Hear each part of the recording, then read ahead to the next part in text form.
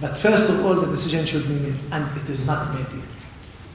Neither in the Israeli public opinion, nor in the Israeli government is the decision made that this situation must end. They still dream one very dangerous dream, to get rid and put it, try to remember at least this formula. I don't want you to remember all the details, just the mood of our situation.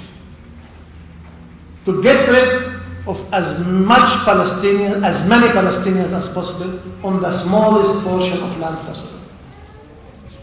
They want to get rid of as many Palestinians as possible on the smallest portion of land possible. To gather as many Palestinians as possible on the smallest portion of land and get rid of them. We call that Bantustan. They can call that a state. They can call that an empire. Some of your Bantustans were kingdoms and empires, I think. You can call it empire if you like. But it is nothing more than a Bantustan. These are the issues that are suggested now on the Palestinian people. And amazingly, people who call themselves Democrats and leftists in the Israeli society would use this argument. We have to get rid of the Palestinians, not to live with them in peace, not to find ways to live in two states equally or in one state equally. To get rid of the Palestinians, demographically get rid, which is the same logic of apartheid, and it can't lead to justice. If your goal is to get rid of the Palestinians, you can kill them if you can, but you can't. But this is the same logic. You can put them under control, but you can't because they keep making intifadas.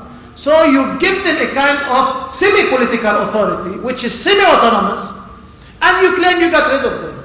This logic, even if it comes from a leftist or a Democrat, cannot lead to justice. We have to offer different discourse. We have to offer different language.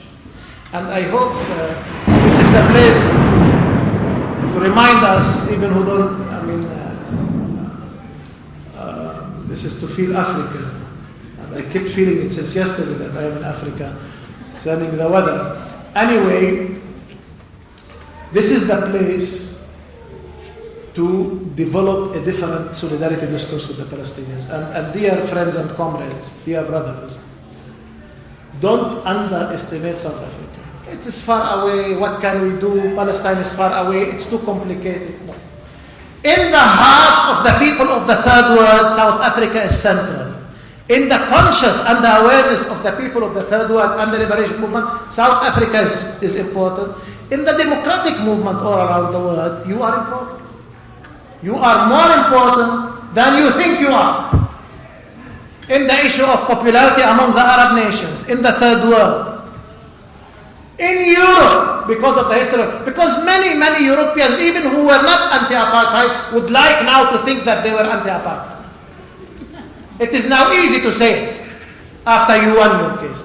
So apartheid, there's something about it, as I said, concerning the word with a negative connotation, and what nowadays South Africa symbolizes. That's why we start our week, we start our renewal of the solidarity movement in South Africa. And we do count that solidarity movement in South Africa with Palestine is not a marginal movement. It's a mainstream in this country. It is the mainstream in this country. That's how it should be.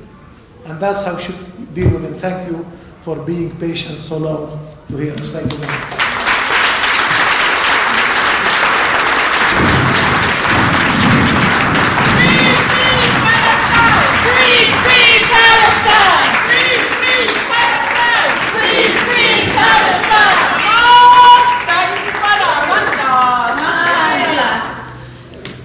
Thank you very much, Azmi, and thanks for everybody for being here. Just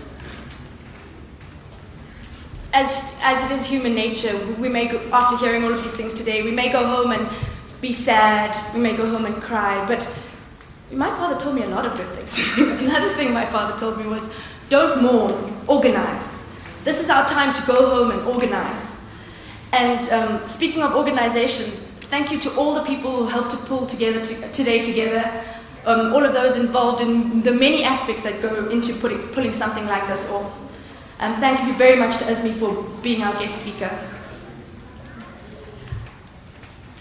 I want to end off with something that Azmi said during his speech. He said, for South Africans, this is not a foreign issue. It's not an issue of solidarity. This is your issue. And I think this is a time where we should all stand up, all of us, now, right now, and say that it's not only the start of Israeli Apartheid Week. This is our start against the struggle throughout our lives.